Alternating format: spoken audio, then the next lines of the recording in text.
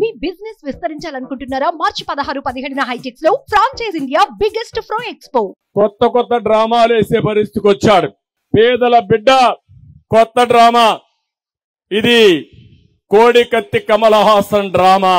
ఇంకో పక్క నమ్మి ఓటేస్తే ప్రజల్నే కాటేశాడు.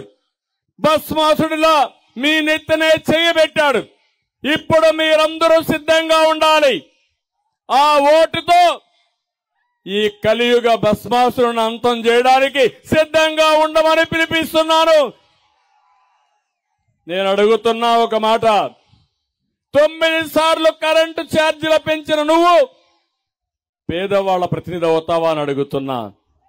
ఇంకో పక్క 200 రూపాయలు కరెంటు బిల్లు వచ్చేది, ఇప్పుడు 800 రూపాయలు 1000 రూపాయలు వస్తా ఉంది.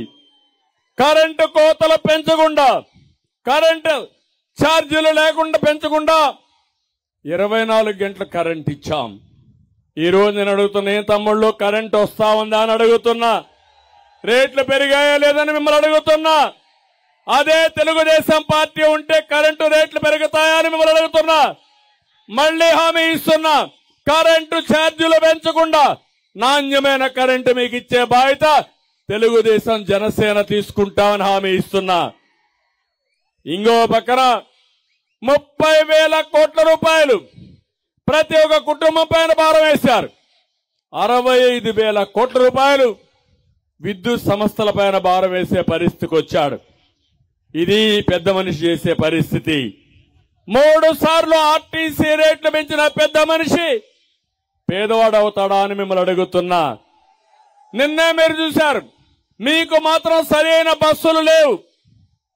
ఎక్కడ చూసినా బస్సుల యాక్సిడెంట్. ఈ ముఖ్యమంత్రికి 20 కోట్ల రూపాయలు పెట్టి 2 బస్సులు బుల్లెట్ ప్రూఫ్ బస్సులు తెప్పించుకున్నాడు ఎన్నికల్లో తిరగడానికి. ఈయన రోడ్డు మీద తిరగలేడు, ఆకాశంలోనే తిరుగుతాడు. కానీ ఆయనకు మళ్ళీ బుల్లెట్ ప్రూఫ్ బస్సులు కావాలి.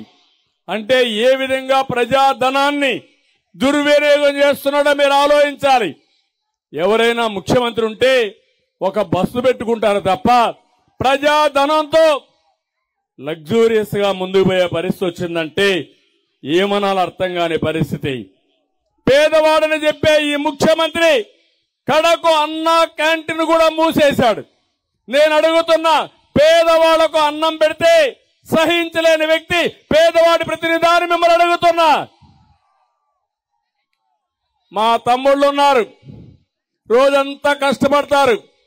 సాయంత్రం అయితే ఒక క్వార్టర్ బాటిల్ వేసుకుని ఇంట్లో పడుకోవాలనుకుంటారు. శారీరక బాధలు మర్చిపోవాలనుకుంటారు. నేను అడుగుతున్నా, తమ్ముళ్ళు మద్యం రేట్లు పెరిగాయా లేదా అని మిమ్మల్ని అడుగుతున్నా. 60 రూపాయలు క్వార్టర్ బాటిల్ ఎంత అని మిమ్మల్ని అడుగుతున్నా. ఎంత అని మిమ్మల్ని అడుగుతున్నా. 200 రూపాయలు ఉన్నా కాదా? 200 రూపాయలు చేశాడు. అంటే ఒకప్పుడు 500 రూపాయలు కూలొస్తే 50 రూపాయలు మందుకు ఖర్చు పెట్టి 450 రూపాయలు ఇంటికి మా ఆడబిడ్డలకు ఇచ్చేవాడు. ఇప్పుడు 500 రూపాయలు వస్తే 300 రూపాయలు తాగుడు ఖర్చు పెట్టి ఇంటికి ఇవ్వలేని పరిస్థితి వచ్చింది. అక్కడికైతే పర్వాలేదు, నాసి రకం ఆ మందు తాగితే గోయిందా గోయిందా.